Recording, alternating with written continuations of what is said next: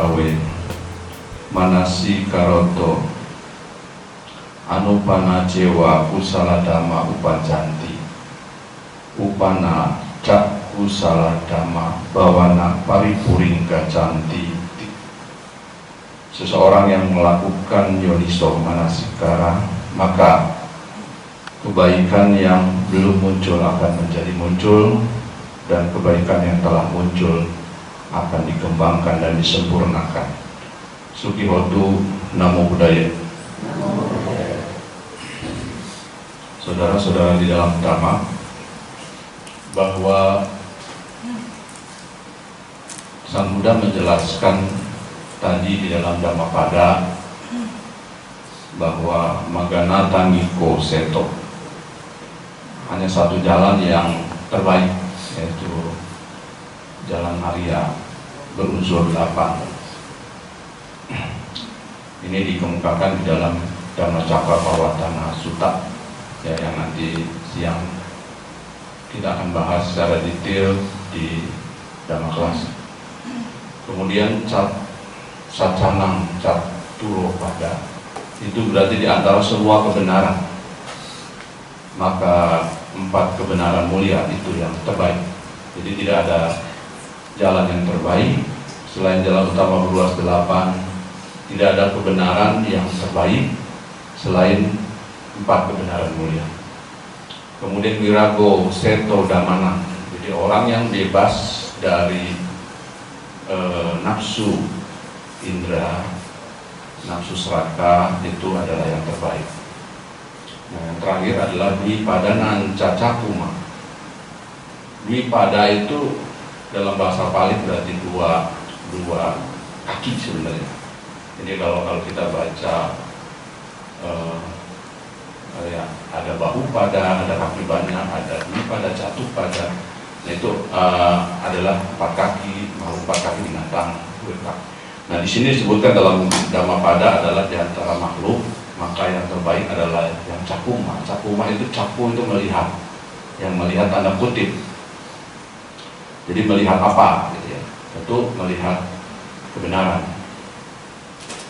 Nah, bagaimana caranya orang bisa mengembangkan, bisa melihat kebenaran? Sang Buddha menjelaskan kepada para bhikkhu dengan melakukan yoniso manasikara.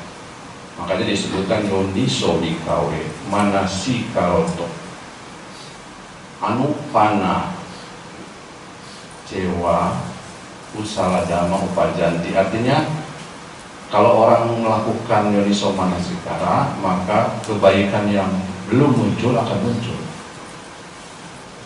Kemudian disebutkan juga Sang Buddha upanaca kusala dhamma bawana paripuring. Paripuring itu disempurnakan, bawana itu dikembangkan. Jadi upana itu yang sudah muncul, upanaca kusala dhamma itu kusala dhamma, hal-hal baik yang belum muncul itu akan menjadi dikembangkan dan disempurnakan. Gacan titik seperti itu ya. Jadi itu uraian Sang Buddha. Sang Buddha menjelaskan bagaimana supaya hal-hal yang baik itu bisa muncul. Bagaimana hal baik yang muncul itu kemudian disempurnakan, maka yoniso manasikara. Nah, yoniso manasikara itu apa? Yoniso itu, manasikara itu adalah pengarahan pikiran, perenungan pikiran secara bijaksana. Ya, jadi bagaimana memunculkan kebijaksanaan. Ya, Sang Buddha menyatakan bahwa kebijaksanaan itu adalah untuk bisa melihat segala sesuatu sifat sejati, sabawa lakana, juga sifat-sifat secara fenomena alam secara umum, samana lakana, atau kita bisa melihat sifat sejati dari kebenaran sesungguhnya, sebut paramata saja. Jadi itu kebijaksanaan, hanya kebijaksanaan yang bisa melihat itu, ya. Jadi seperti lilin di tempat yang gelap bisa melihat segala sesuatu dengan terang, tapi kalau di tempat yang gelap tidak ada lilin, tidak ada lampu, maka kita tidak bisa melihat sesuatu, ya kan? Apakah di situ ada meja atau ada kursi, karena gelap gulita. Nah, pengembangan kebijaksanaan sehingga mata batin kita, bukan mata biasa, mata batin kita bisa melihat segala sesuatu dengan jelas berdasarkan keadaan sesungguhnya, sifat sejatinya. Nah, kebijaksanaan ini tidak bisa muncul begitu saja, ya, tidak bisa muncul pada diri setiap makhluk. Begitu lahir langsung jadi bijaksana gitu, nggak bisa. Jadi dia harus dilatih dan dikembangkan. Yoniso Manasikara itu harus dilatih dan dikembangkan, diterapkan dalam kehidupan sehari-hari. Ya, jadi ada berbagai hal untuk memunculkan itu. Nah, di dalam uraian Abhidhamma dijelaskan bahwa memunculkan Yoniso Manasikara itu, kebijaksanaan itu diantaranya adalah Panasawata Niyakama. Jadi bagaimana kita melakukan kama itu, perbuatan itu harus beriringan dengan kebijaksanaan. Nah, caranya gimana? Jadi kekuatan karma itu kan ada kekuatan karma lampau, sekarang, akan datang. Ya, jadi dalam agama Buddha itu kekuatan karma itu diukur dalam 3 masa. Ya, 3 masa itu Atita, Nagata, Pacupana. Atita itu lampau, Nagata itu yang akan datang, Pacupana itu yang sekarang. Yang lampau itu sudah berlalu. Nah, kita nggak bisa ngapa-ngapain tuh. Dalam bahasa Inggris disebut given. Jadi kita harus menerima hal yang lampau itu apa adanya sekarang. Ya, Gunani sekarang lahir di keluarga seperti ini, seperti itu, kondisi ekonomi seperti itu, mendapat pelajaran dari orang tuanya seperti itu. Nah, itu sudah ada kondisi yang dikondisikan dari karma lampau. Dan maka karmanya mendukung dia lahir di keluarga siapa. Nah, tapi begitu lahir, bagaimana selanjutnya? Ya, ada orang lahir di tempat yang miskin, ada orang lahir di tempat yang kaya, ada orang terlahir pintar, ada orang terlahir idiot, ada orang terlahir dengan telinga tidak berfungsi, mata tidak berfungsi, banyak. Itu karena kekuatan karma. Jadi kita nggak bisa milih tuh bisa lahir di mana. Tapi lampau itu mengkondisikan yang sekarang. Tetapi bukan itu saja satu-satunya faktor. Jadi Sang Buddha katakan Atita Pacupana agar harus kondisi saat ini juga harus berlaku juga. Jadi ada semacam akumulasi yang lampau dan yang sekarang bergabung tuh prosesnya, formulanya. Karma yang sekarang itu harus juga dikembangkan, harus ada effort. Makanya Yoniso Manasikara itu bisa lampau sudah mengkondisikan. Saat ini ada orang yang pintar begitu lahir, pandai, tapi ada juga yang bodoh mengamati. Ya, mau belajar juga nilainya jelek-jelek kalau kuliah. Ya, tapi kalau mau belajar dhamma juga 1000 kali diulang, lupa melulu, nggak mau apa-apa. Ya, baca Dhammapada satu baris saja sudah lupa lagi. Gitu ya, begitu. Jadi, nah itu jadi ada yang orang yang cuma baca sebentar langsung nempel gitu kan. Nah, itu kondisi-kondisi yang disebabkan dari yang lampau. Nah, yang sekarang itu juga harus ada dikembangkan. Nah, Panasawata Niyakama itu artinya setiap kita melakukan perbuatan itu harus beriringan dengan kebijaksanaan, sekutu dengan kebijaksanaan, perenungan kebijaksanaan. Nah, perenungannya seperti apa? Nanti kalau ibu bapak misalnya berdana itu perlu nggak ya perenungan? Perlu nggak ya namanya ada kita memikirkan sesuatu gitu ya, afirmasi.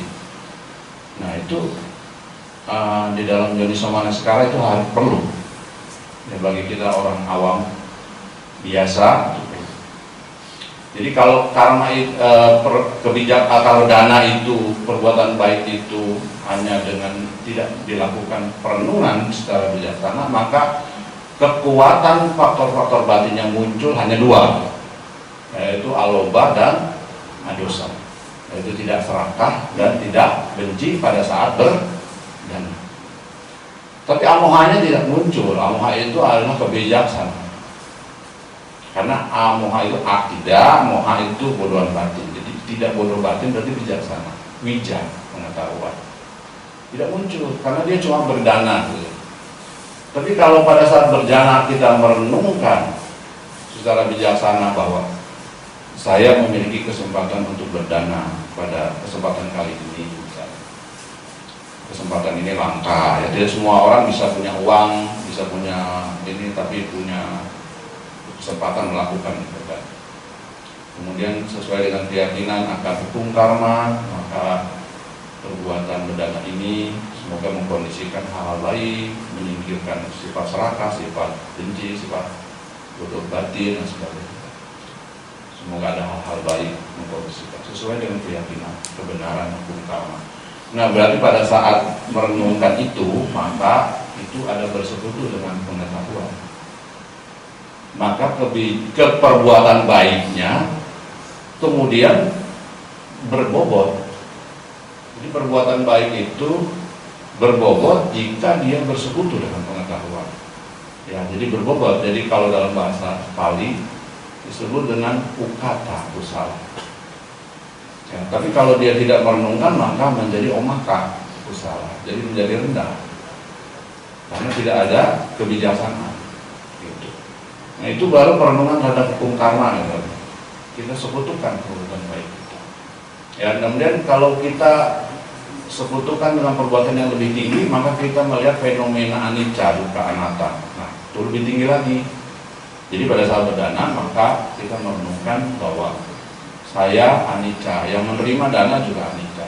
Saya menerima dukkha dan menerima dana juga dukkha. Anatta, saya yang menerima juga anatta. Maka ini menjadi tingkatan yang lebih luhur karena pada saat berbuat kebaikan kita merenungkan sifat sejati segala sesuatu. Nah itu menjadi lebih berbobot lagi. Jadi perbuatan baik itu menjadi bagaimana berbobot atau tidaknya, bagaimana pada saat pikiran itu berproses pada saat melakukan perbuatan baik, itu akan membuahkan hasil yang baik. Ya, jadi panyasamwataniya kama itu kita membiasakan segala sesuatu itu melakukan perbuatan baik apapun, bukan hanya berdana itu dengan kebijaksanaan. Misalnya setiap hari kita merenungkan abinha pacawekana. Oh, saya akan menderita usia tua, saya bisa tidak terhindar dari usia tua. Saya akan menderita sakit, saya tidak terhindar. Saya akan menderita kematian, saya tidak akan terhindar dari kematian. Setiap hari direnungkan. Tapi ngeri Romo, merenungkan kematian, ya kan? Tapi percayalah, bukan kita nyuruhin diri kita segera mati, tapi sebenarnya mempersiapkan batin kita untuk siap menerima itu pada saat-saat. Karena Pak mati itu, meninggal itu adalah sesuatu hal yang pasti, ya tidak mungkin tidak bisa dihindarkan itu.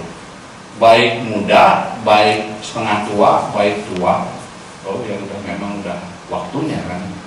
Itu pasti. Ya. Ada nggak orang Romo yang masih muda meninggal? Ada. Ya.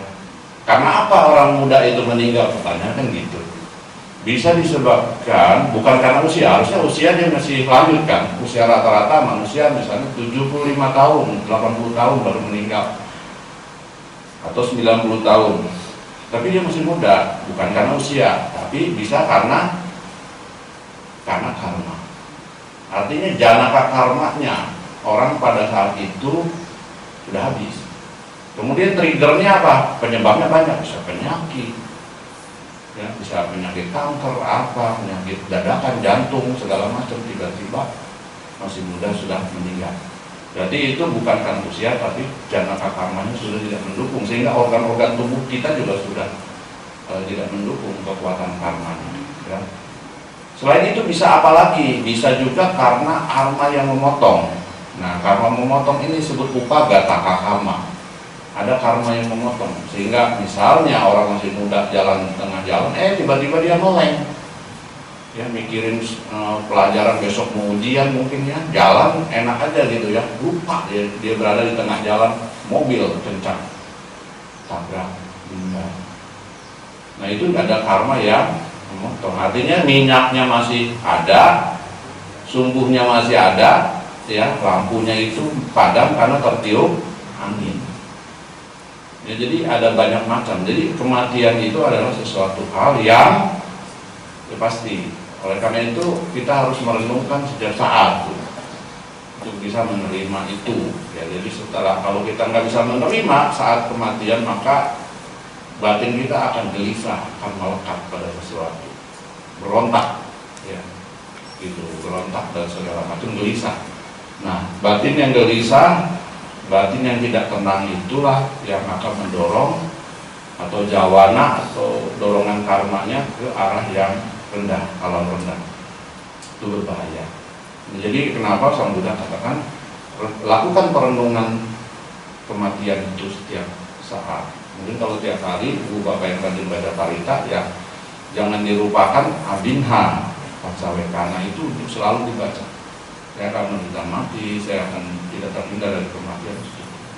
Nah, pada saat kita merenungkan karma itu juga karma, misalnya kayak terlahir dari karmanya, terlindung oleh karma dan seterusnya. Nah, perenungan terhadap karma itu juga mendorong seseorang untuk takut akibat dari perbuatan. Jadi abinha itu sebenarnya adalah bagaimana mendorong perenungan itu kepada yoniso manasika, ya, pada kebijaksanaan supaya batin ini bisa siap menerima fenomena perubahan. Ya, pada saat kita merenungkan, kita itu sebenarnya terlahir karena karma. Kita berhubungan dengan karma. Kekuatan kita terlindung oleh karma. Jadi saudara-saudara, semua hal kreatornya adalah karma.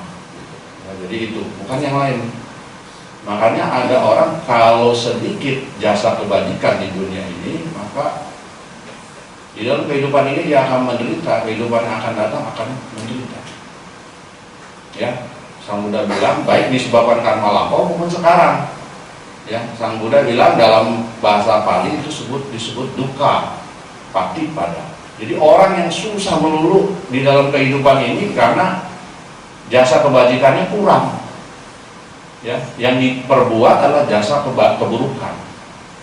Ya, perbuatan-perbuatan melanggar sila. Ya, misalnya ya sila pertama dilanggar, ya, kedua, tiga, keempat, ya, berbohong, berkata kasar, bergunjing, ngegosip, memfitnah, kemudian mabuk-mabukan. Nah seperti itu dilanggar, maka orang akan sulit dalam kehidupan ini, disebut dukkha patipada. Tetapi ada orang yang selalu mudah dalam segala hal di dunia ini, kehidupan dunia ini. Mau cari kerja mudah, mau mencari jabatan yang tinggi juga selalu lancar-lancar aja gitu kan. Ya, punya teman juga yang baik-baik aja. Ya, mau datang ke wihara juga happy, bahagia. Ini sukha patipada. Artinya segala satu hal itu jalannya selalu bahagia. Nah ini yang harus dicari oleh kita semua. Jadi sukha patipada itu kita kan nggak mau yang dukkha patipada, bikin stres.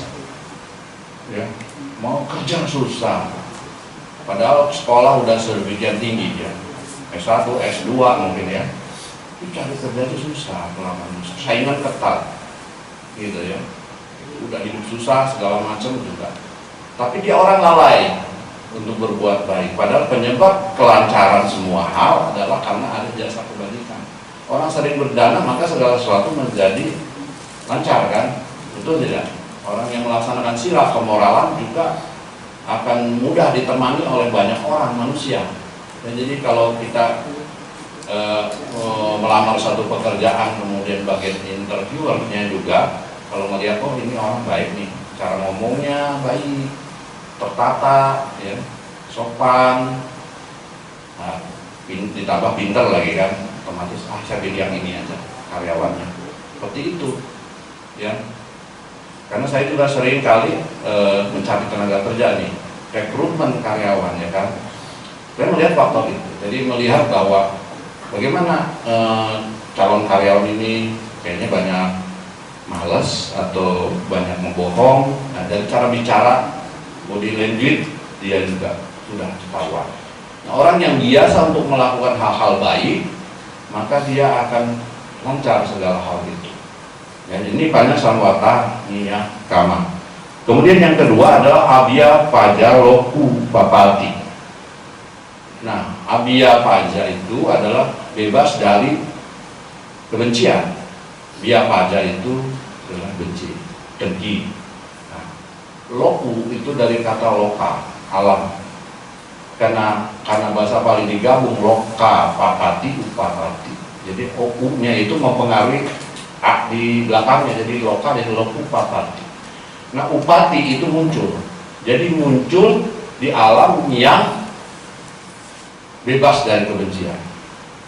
Jadi kita misalnya sekarang jadi manusia, itu kelahiran lampaunya itu dari alam yang bebas dari kebencian. Apakah alam yang bebas dari kebencian itu?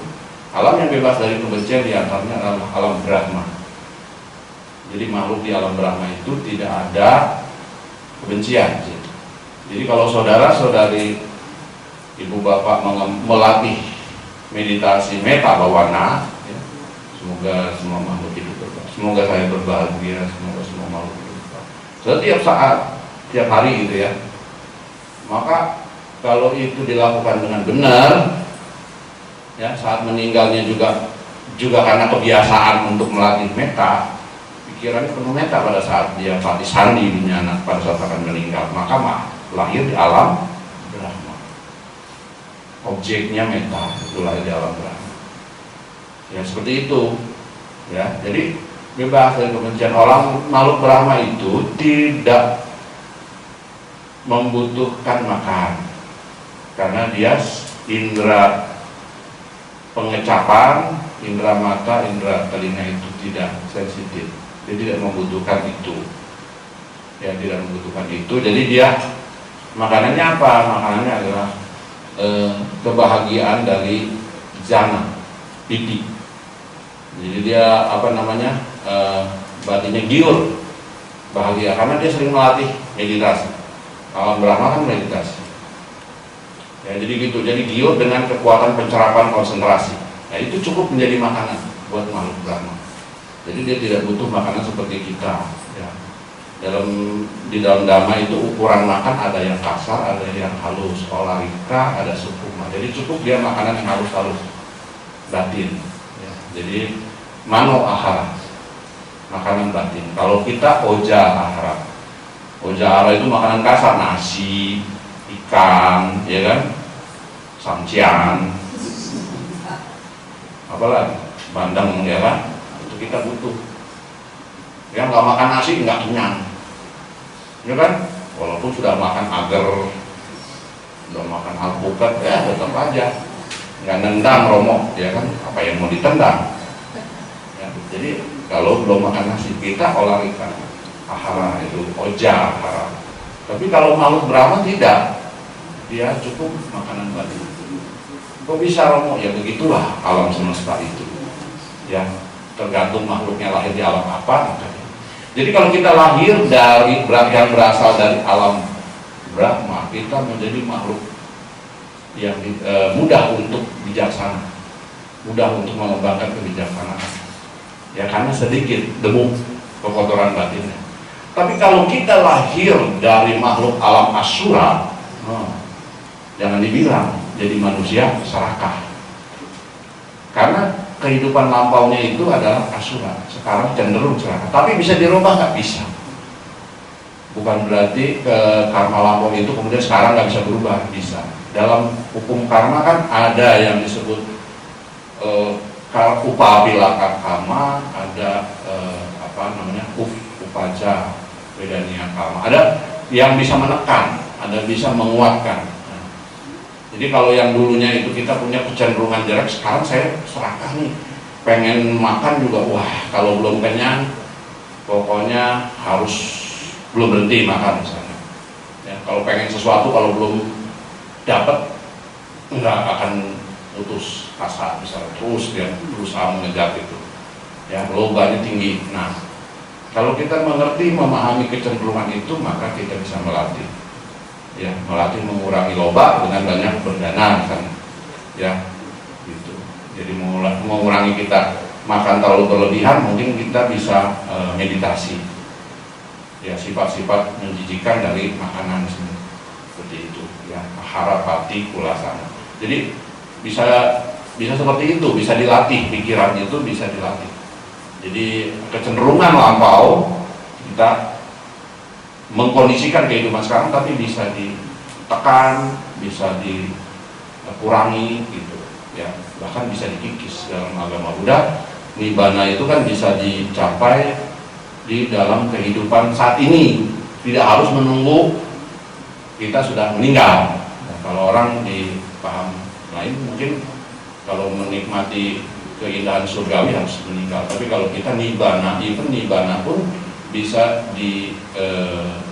dirasakan di dalam pada saat kita masih hidup. Ya, contohnya ya Sang Buddha, objeknya nibbana. Para arahat, siswa utama Sang Buddha, objeknya nibbana. Jadi bagaimana alam kita lahir yang lampau? Mungkin kalau kita lahir dari alam yang binatang, kemudian sekarang lahir jadi manusia, maka yang menonjol di situ adalah kebodohan. Ya, kebodohan batin. Tapi bukan berarti itu tidak bisa kemudian ditingkatkan. Bagaimana cara meningkatkannya itu? Jadi melakukan perenungan kebijaksanaan, dikaitkan dengan hukum 4 kebenaran mulia, dikaitkan dengan hukum karma. Makanya kita belajar dhamma itu gunanya untuk itu, supaya apapun fenomena pikiran yang muncul dari kita itu bisa kita sekutukan dengan pengetahuan apa di dalam dhamma itu. Yang 4 kebenaran mulia, sifat anicca, dukkha, anatta dan sebagainya. Banyak ya, yang kita bisa praktekkan gitu ya. Karena indera kita itu sangat bereaktif cepat. Kecepatan pikiran kita itu lebih cepat dari kecepatan cahaya. Ya, dalam Abhidhamma disebut 1/10 pangkat 23 mungkin kecepatannya. Gimana ukurnya? Wah, saya nggak tahu tuh ya.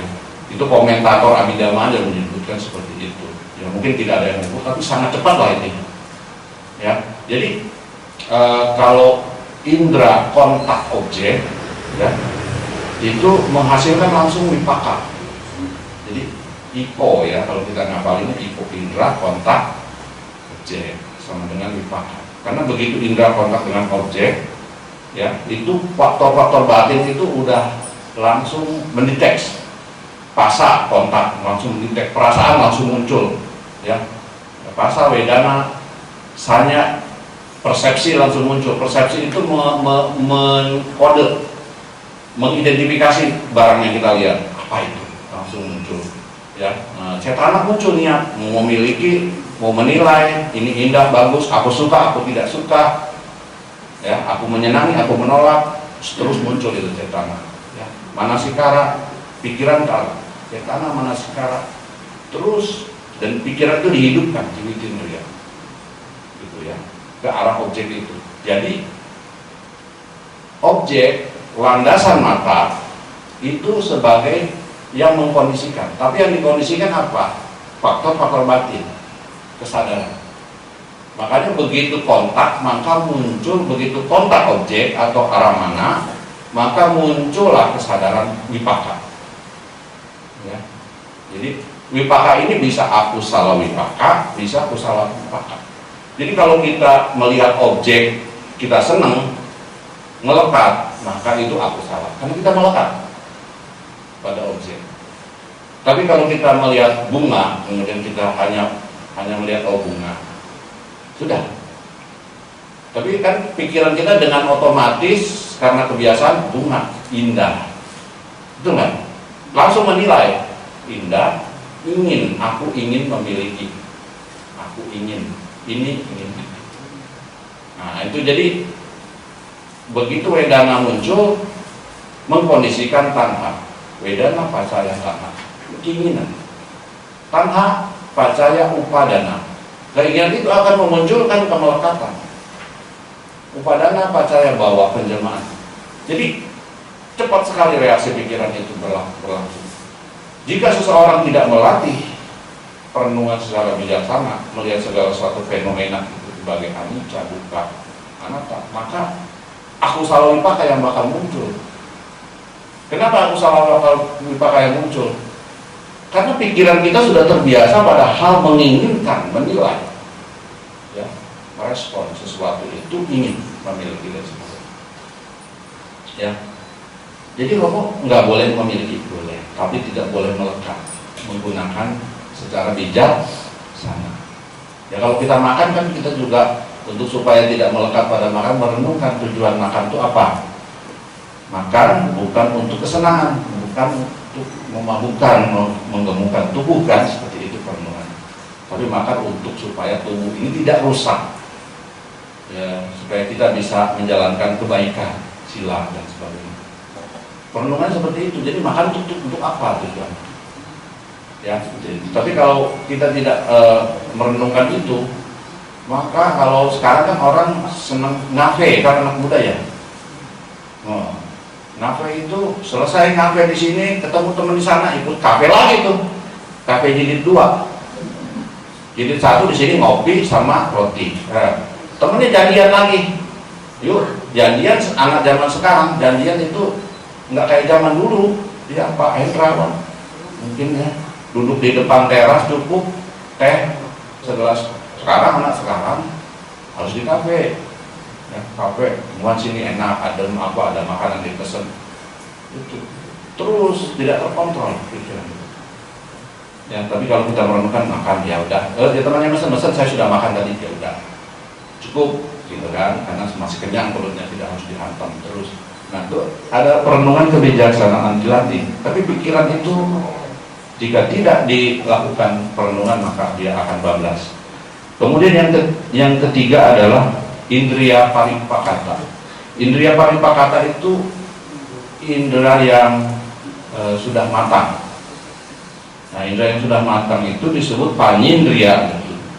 Jadi kalau di dalam patana disebut ada indriya pacayo. Indriya pacayo itu adalah potensi. Sebenarnya indriya itu bukan indera mata, bukan, tetapi lebih kepada potensi kemampuan.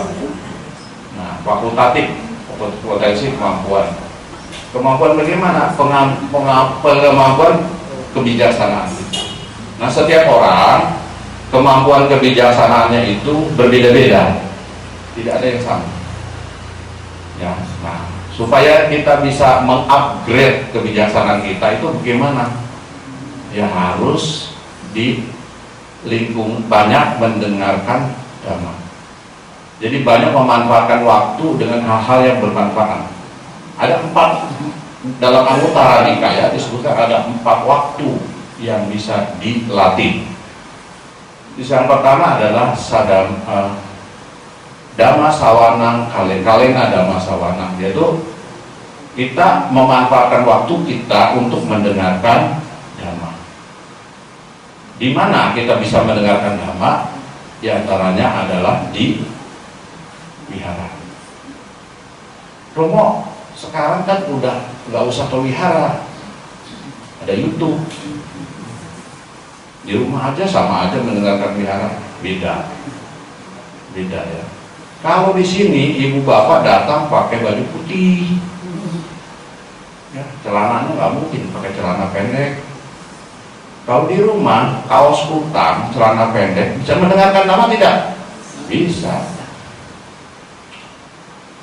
Jadi bedanya fokus sama respect, kehormatan. Pada saat kita mendengarkan Dhamma di wihara, kita akan berpakaian rapi, itu kita akan hormat kepada Dhamma. Nah, menghormat Dhamma juga merupakan satu dari kusala cita. Jadi kesadaran untuk pikiran itu muncul baik. Ya, di umat-umat lain Hindu atau apa itu juga ingin datang ke pura, dia nggak sembarangan pakai kaos cangklek. Ya, mereka berpakaian putih rapi, kebaya, pakai apa? Uben apa? Kopi, sarung yang rapi, pakai bunga-bunga di kupingnya, ya kan, pakai beras di jidatnya, kateng. dengan tujuan fokus, hormat pada sesuatu yang diyakini. Begitu juga umat Buddha, kalau datang ke wihara itu pasti dia menghormat, yakin pada sesuatu yang diyakini, urusan Buddha. Beda, dia beda baca. Makanya saya merenungkan bahwa mendengarkan Dhamma dengan itu bisa. Media komunikasi sekarang sudah maju, tapi respect kita, nah itu harus diperhatikan. Boleh nggak di rumah itu pakai pakaian rapi? Boleh. Ya, jadi pada saat mendengarkan Dhamma, kita memang mau niat dengerin Dhamma, ya sudah, bahwa itu di rumah, anggap aja di wihara, pakaiannya rapi, mendengarkan dengan ini, duduk dengan sopan, mendengarkan. Itu sifat yang baik. Tujuannya apa? Itu kebiasaan itu untuk supaya kita menghormati Dhamma. Ya, jadi dimanapun berada, saudara-saudara tidak boleh. Itu artinya karena pada saat itu adalah pikiran kita yang jadi masalah, bukan soal jasmaninya. Pikiran kitanya tidak hormat, pikiran kitanya tidak fokus. Ya, jadi nanti kan ibu bapak bisa sambil goreng ikan asin, Dhamma jalan. Begitu bawa ikan asin tercium ke indera penciuman, yang tadi yang diomongin Bante apa lupa. Ini asin amat, ini lupa dari yang tadi apa. Ya kan sepotong, akhirnya nggak lengkap, yang tadi apa ya, nah lupa lagi, nyambung lagi. Jadi nggak, kadang-kadang ada hal yang kelewat itu menjadi nggak nyambung nanti kesimpulannya. Ya, jadi itu hal lain ya, bagaimana mengembangkan kebaikan dengan bersikap. Nah, kita matangkan kebijaksanaan itu juga dengan cara kita berpakaian yang baik pada saat datang ke wihara. Nah, umat-umat lain itu agama-agama Kristen atau itu kalau datang ke tempat ibadah mereka pakai, saya lihat kemarin itu di Garissa pakai jas, pakai apa namanya, dasi. Wah, udah mungkin di rumahnya pakai kaos oblong ya, tapi pada saat mereka datang ke situ ya mereka berpakaian sangat rapi. Nah, ini satu hal saja bahwa bagaimana mereka bersikap itu karena mereka ingin mengkondisikan pikiran mereka, ya, mengkondisikan pikiran mereka. Ya. Nah, kalau saya pakai baju kuning seperti ini, nah kalau saya tolak pinggang mungkin nggak enak juga ya, betul nggak? Atau saya berkata kasar, teriak-teriak gitu, wah ini romo apa udah pakai baju kuning, teriak-teriak kan? Tapi kalau pakai baju kuning, pakai baju kuning, sadar ya kan? Nah, si baju ini yang ngajarin pikiran saya, sadar ini sedang pakai apa, sedang tugas gitu. Tapi itu untuk melatih, lumayan melatih, walaupun seharian juga kan dilatih pikiran saya untuk tidak sembarangan. Jadi pakaian itu juga mengkondisikan fisik, itu mengkondisikan pikiran. Makanya antara materi dengan non materi itu saling tunjang menunjang, hanya pacayo gitu ya. Jadi ada saling keterkaitan. Oke, yang keempat adalah kilesa duribawa. Kilesa duribawa itu adalah orang itu jangan terlalu banyak berkecimpung dengan hal-hal yang kekotoran batin. Ya, kalau orang terlalu banyak berkecimpung dengan kekotoran batin, maka sulit menjadi bijaksana. Ya, sulit melihat segala sesuatu sebagaimana adanya Dioniso. Gitu, ya. Jadi kita misalnya saja ke organisasi, ya. Ke organisasi apapun, organisasi mau Wandani, mau Bagabuddhi atau apapun, ya, atau organisasi pemuda Buddhis misalnya. Kita ikut lingkungan itu adalah untuk supaya memupuk kebajikan, banyak-banyak memupuk jasa kebajikan, bukan untuk tujuan lain-lain. Hanya itu satu. Ada yang kemarin malam itu Bante menyampaikan, waktu itu ulang tahun Bagabuddhi tadi malam saya ikut, Bante menyampaikan bahwa ada umat yang dulunya belum masuk organisasi itu baik-baik saja, begitu masuk organisasi kok jadi tambah ego, kok tambah kekotoran batinnya tambah banyak, ya. Kemudian kalau mau turun jabatan juga nggak mau turun katanya gitu. Jadi banyak hal, kesombongannya menambah dan sebagainya. Nah ini tidak boleh. Jadi kalau kita masuk organisasi mau kita jadi pandita, kita tidak boleh ada sombongan. Ya, tapi kita tujuannya hanya untuk memupuk kebaikan, gitu ya. Untuk kita semua harus bersiap-siap banyak-banyak memupuk kebaikan soalnya. Ya karena siapa yang duluan berangkat kita nggak ada yang tahu, ya kan? Nggak ada yang tahu. Gitu. Jadi yang ikut organisasi baik nggak baik, karena itu lingkungan teman-temannya pasti tujuannya satu, untuk berbuat kebaikan. Ya jadi kewihara juga kita bertemu dengan teman-teman yang baik, ya karena satu gitu. Makanya ada beberapa hal di Depok itu adalah tempatnya para mahasiswa sebenarnya. Jadi Depok ya, ada Universitas Gunadarma, ada Universitas Indonesia, Pancasila, Depok ya. Tapi para mahasiswa yang saya melihat para mahasiswa yang datang untuk kebaktian puja bakti itu sangat-sangat sedikit, mungkin hanya 1-2 orang saja yang muncul. Selebihnya mereka tidak ada. Yang agak berbeda dengan mahasiswa Katolik, mahasiswa apa? Ya saya sendiri agak iri gitu ya, agak iri. Mungkin sifat iri nggak boleh kali ya. Maksudnya agak iri, mereka agamanya itu bisa untuk mereka berkumpul, kemudian berbuat kebaikan, mendengarkan para pastor untuk Injil atau apa ya Katolik. Nah, gitu. Para mahasiswa Buddhis itu karena dia sibuk antara Senin sampai Jumat mungkin kuliah ya, Sabtu Minggu mungkin itu waktunya untuk healing. Healing untuk jalan-jalan pulang ke rumahnya. Jarang yang kebaktian. Saya nggak tahu di rumahnya pun kebaktian atau tidak. Waktu dulu kita zaman saya itu mungkin banyak perantau juga ya, banyak perantau. Tapi orang Jakarta juga ada. Kita membentuk para mahasiswa itu keluarga mahasiswa Buddhis Bogor. Ya, pekerjaan kita menerjemahkan buku Dhamma, karena buku Dhamma pada waktu zaman saya itu sangat sulit dicari. Ya, jadi kita menerjemahkan waktu itu Nina Pong ya, Buddhism in Daily Life itu bukunya kita terjemahin. Kita membentuk puja bakti, kita membentuk Dhamma kelas, kegiatan seperti itu. Ya, tapi sekarang susah. Nah itu kegiatan ini positif dilakukan, maksud saya, karena apapun, sepintar apapun seseorang itu jika jasa kebajikannya itu kurang, maka dia akan mengalami kesulitan. Ya, disebut dukkha patipada itu. Jadi yang memberikan kondisi kita itu nyaman, memberikan kondisi kita itu baik di dalam kehidupan ini, kehidupan akan datang itu bukan karena kepintaran, tapi karena jasa kebaikan. Ini yang harus dipahami.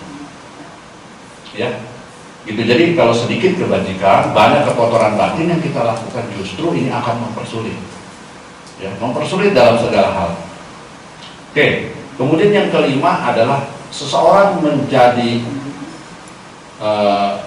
memiliki kemampuan untuk kebijaksanaan yoniso manasikara itu jika dia memiliki sebagai makhluk berakar 3. Tihetuka Pugala. Ya, Tihetuka Pugala itu. Akar itu ada 6 sebenarnya. Aloba, adosa, amoha, loba, dosa, moha.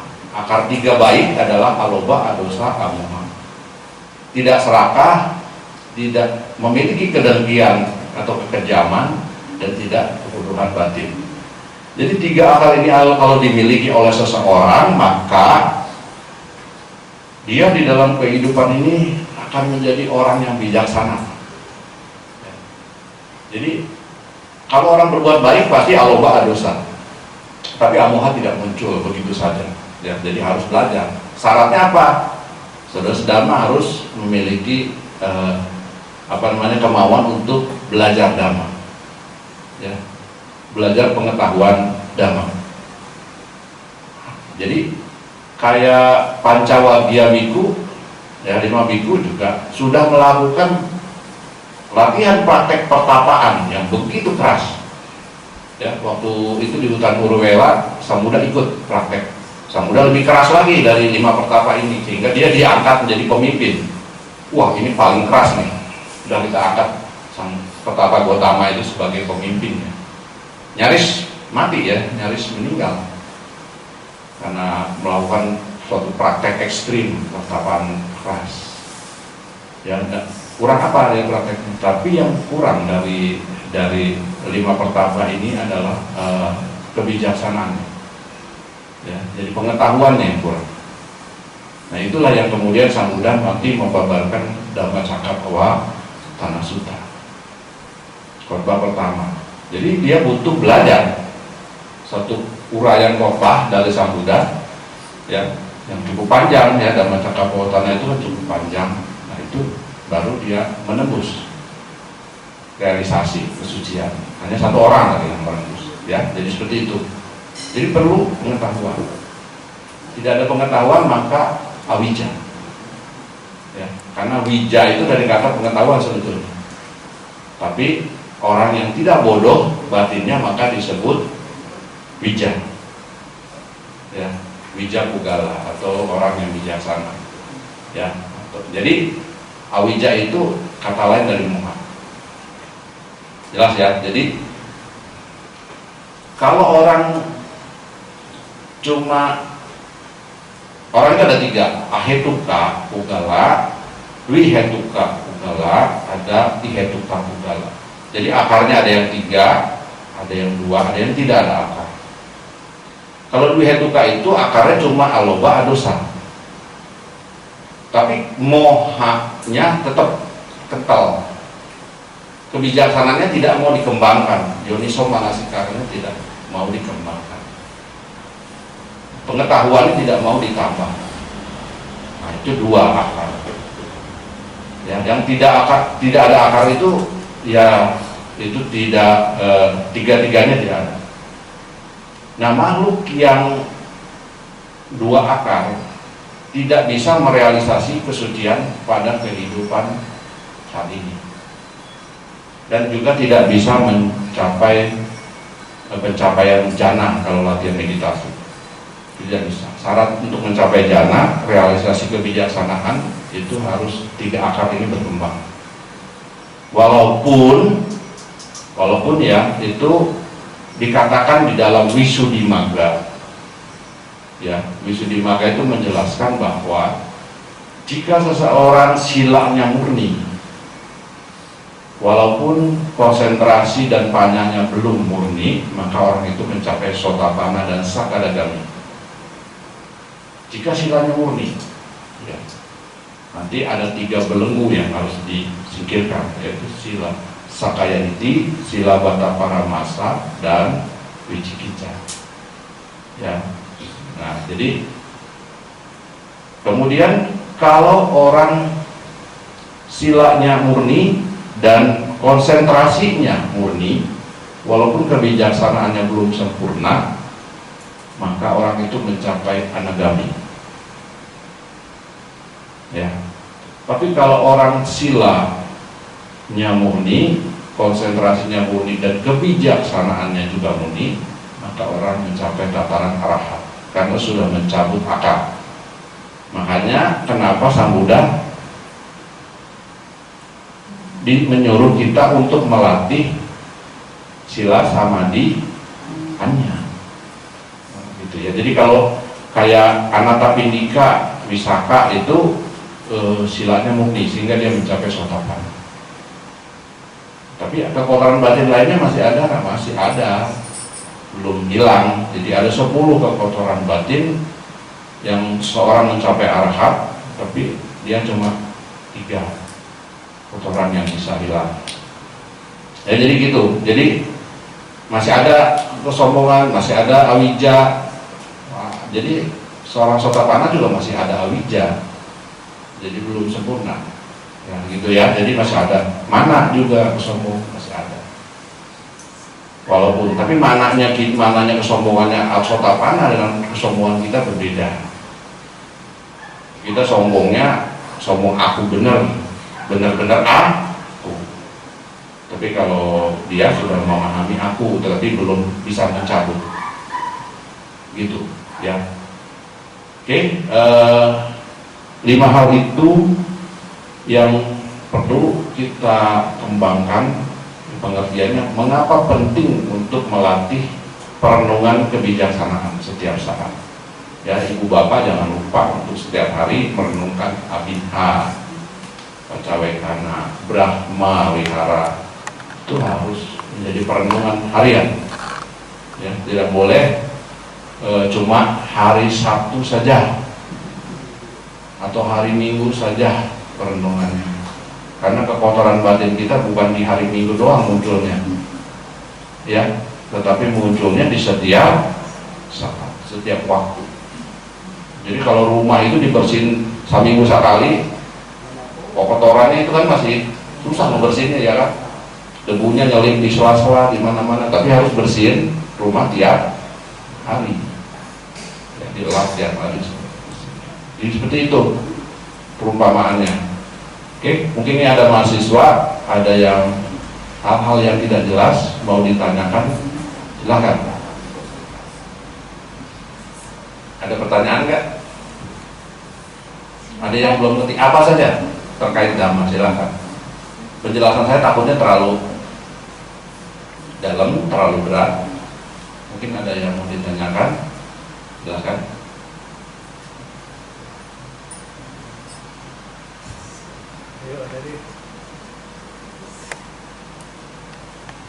Ya, biasanya mahasiswa ini senang mengkritik dan menanyakan, ya.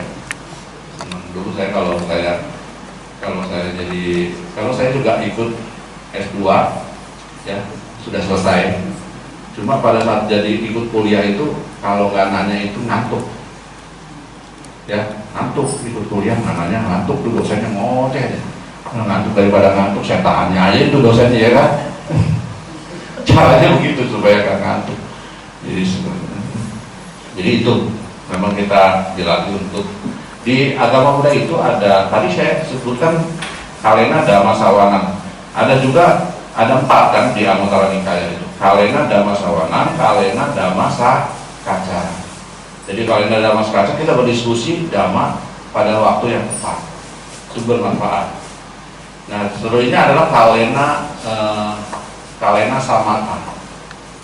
Kalena Samatha itu yang ketiga di Anguttara Nikaya, itu adalah kita melatih ketenangan, meditasi ketenangan. Kemudian Kalena Vipassana. Kalena Vipassana itu waktu yang tepat untuk melatih Vipassana, ya, meditasi pandangan terang. Itu, ya. Jadi bedanya apa Vipassana dengan Samatha? Kalau ketenangan, kalau Samatha itu kita satu objek saja. Jadi kalau kita keluar masuk nafas, masuk masuk keluar. Nah itu hanya itu suatu objek, tidak ada yang lain, tidak ada objek perasaan, tidak ada proses kesadaran atau apa, tidak ada, hanya fokus kepada nafas masuk keluar. Nanti akan hasilnya adalah ketenangan Samatha tadi, ya. Jadi ketenangan, konsentrasi yang mendalam. Nah, konsentrasi itu dibutuhkan tidak untuk melatih kebijaksanaan, dibutuhkan, ya. Jadi nanti dari konsentrasi yang tenang kita bisa melihat panca niwarana itu, kemalasan, nafsu turun, mengendap, maka kita bisa melihat segala sesuatu lebih clear, lebih tenang. Jadi ibarat air tidak menggolak. Nah, cara terdekat dari kebijaksanaan salah satunya adalah konsentrasi, ya. Jadi kalau nggak ada, makanya Sang Buddha bilang latih konsentrasi, latih kebijaksanaan. Vipassana itu adalah kanika samadhi, konsentrasi yang sesaat-sesaat, tidak sesaat. Misalnya sesaat kita muncul fokus di konsentrasi di nafas, tapi nafas yang kita lihat itu adalah sebagai proses anicca, dukkha, anatta. Jadi pengamatan prosesnya, nafasnya dikaitkan dengan fenomena upada titi bangga. Jadi upada titi bangga itu muncul proses tenggelam, nafas itu muncul proses tenggelam, muncul proses tenggelam, muncul proses tenggelam. Nah itu kalau kita mengamati itu sebagai proses anicca, maka itu masuk ke vipassana. Tapi kalau cuma masuk keluar, nah seperti misalnya di Thailand ada Budo gitu kan. Bu napas keluar, do napas masuk, bu keluar, do masuk. Nah kalau itu maka samatha. Karena tidak ada anicca, dukkha, anatta yang diamati. Tidak ada upada, titi, bangga. Gitu. Nah kalau munculnya nanti pengetahuan kesucian harus masuk ke proses pengamatan upada, titi, bangga, anicca, dukkha, anatta harus itu. Supaya nanti timbul nibbida. Nibbida itu adalah kejenuhan terhadap nama rupa. Tapi itu tingkatannya nanti sudah meditasinya udah lanjut. Ya, jadi tingkat kesucian itu di dalam Rata Winita Sutta, ya itu disebutkan ada 7 kereta. 7 kereta itu diantaranya dimulai dari Sila Wisudi, Citta Wisudi, Ditthi Wisudi, ya Kamka Witarana, Maga Amaga Nyana, terus Nyana Desa, terus sampai 7 pengetahuan. Jadi tidak bisa muncul hanya di level sila saja, murni, muncul ke citanya wisudi, masuk ke kereta yang kedua, masuk ke kereta ketiga, pandangannya juga harus murni, ya, tidak boleh ada pandangan salah. Kita tahu di dalam Brahmajala Sutta itu ada 62 pandangan salah, ya 18 terjadi pandangan salah tentang masa lampau, ada 44 pandangan salah tentang masa depan. Jadi totalnya ada 62. Jadi kadang-kala pikiran kita itu bersekutu dengan pandangan salah kalau kita tidak cermat. Ya karena ada 62 kan pandangan salah banyak sekali. Ya, nanti kalau ibu bapak mau mempelajari itu lebih dalam, baca Brahmajala Sutta. Ya. Cukup memusingkan, cukup pusing ya bahasanya. Oke. Ada pertanyaan? Mungkin saya. Silakan. Tadi kamu mengatakan jika kita meditasi, kita dengan memancarkan metta itu akan terlahir di alam Brahma. Yang saya ketahui, ya kalau tidak salah, seseorang yang terlahir di alam Brahma jika dia telah mencapai jana-jana. Apakah demikian? Mohon penjelasannya. Ya, jadi kalau kita tadi jana itu timbul kalau kita punya 3 hetuka ya, ada 3 syarat. Kalau nggak ada 3 syarat nggak bisa. Nah kemudian metta bawana itu bisa menimbulkan kan jana itu ada 5 faktor ya, vitakka, wicara, piti, sukha, eka, gata. Jika 5 faktor ini berkembang saat metta bawana ya, terkonsentrasi benar, maka dia akan mencapai jana ya. Nah jana ini kan jana 1 jika lengkap 5 faktor jana itu, vitakka, wicara, piti, sukha, eka, gata lengkap. Kalau satu menyatu itu hilang, misalnya witakanya hilang, wicara hilang, nanti masuk ke jana kedua. Vitakka, wicara hilang, piti juga hilang, masuk ke jana ketiga dan terusnya. Yang terakhir adalah tinggal eka gata. Mencapai eka gata, tentunya ya latihan metta bawana ini pada prakteknya juga diiringi dengan konsentrasi. Karena syarat jana adalah konsentrasi, samatha tetap. Jadi tetap nanti kalau orang itu melatih yang termudah itu kan adalah napas, tapi bisa saja kombinasi sih Bu. Jadi ada 40 objek meditasi. Nah, jadi supaya mematangkan konsentrasi tidak melulu di metta gitu. Ya, orang di metta terus tapi konsentrasinya enggak terpusat-pusat gitu kan ya. Nah, itu orang bisa melatih dengan kasina misalnya, dengan objek lampu, warna lampu misalnya. Konsentrasinya itu dia beralih lagi, nanti besok melatih metta lagi seperti itu. Jadi kayak latihan itu tidak ada di Sang Buddha itu. Kadang para biku itu melatih gonta-ganti objek, ya, gonta-ganti. Hanya Sang Buddha yang tahu orang ini cocoknya dengan objek ini. Hanya Sang Buddha tuh. Bahkan siswa Sang Buddha Sariputra itu salah memberikan objek kepada siswanya, muridnya, ya, karena dia tidak tahu karakter, kecenderungan dari pikiran, dari kebiasaan, kecenderungan dari orang tersebut. Jadi hanya seorang Buddha yang tahu, oh ini cocok dengan objek ini. Nah, para siswa biasanya itu melatih berbagai objek. Kalau dia ingin melatih jana, ya, karena jana itu, oh ini karakter kita itu harus dicocokin dulu. Ya, kalau orang banyak karakter nafsu, cocoknya dengan metta. Jangan-jangan nggak cocok, kalau nafsunya tambah. Nah, itu harus ada penyesuaian terhadap objeknya apa. Dan biasanya samatha itu didampingi dengan guru meditasi, ya, supaya nanti ada diskusi. Ya, ada diskusi, saya kok melatih metta timbulnya begini, kecenderungannya begini.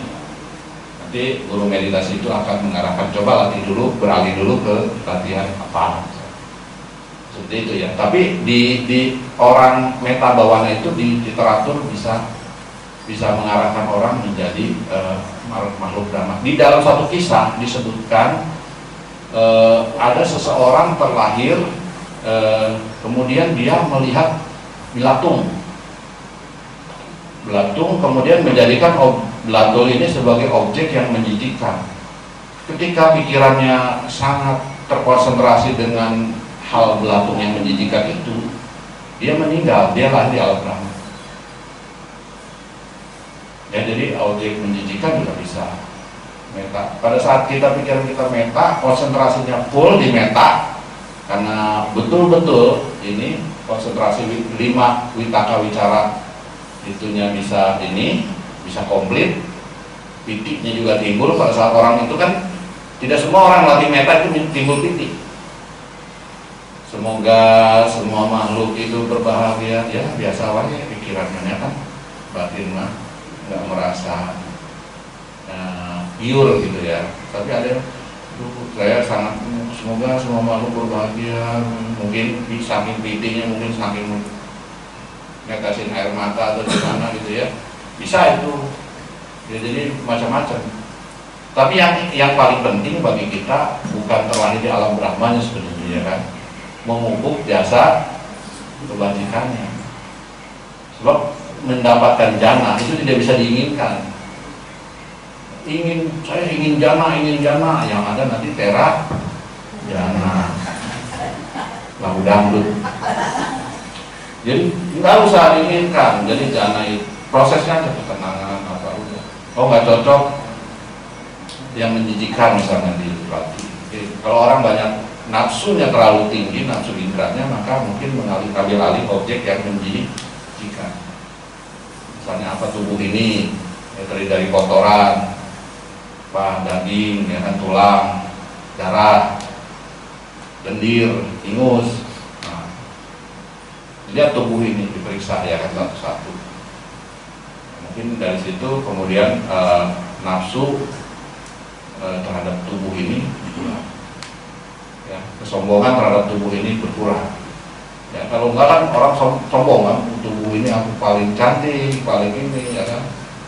Padahal kecantikan itu kan kalau secara para mata tidak lebih dari setipis kulit. Coba pun kulitnya dikupas,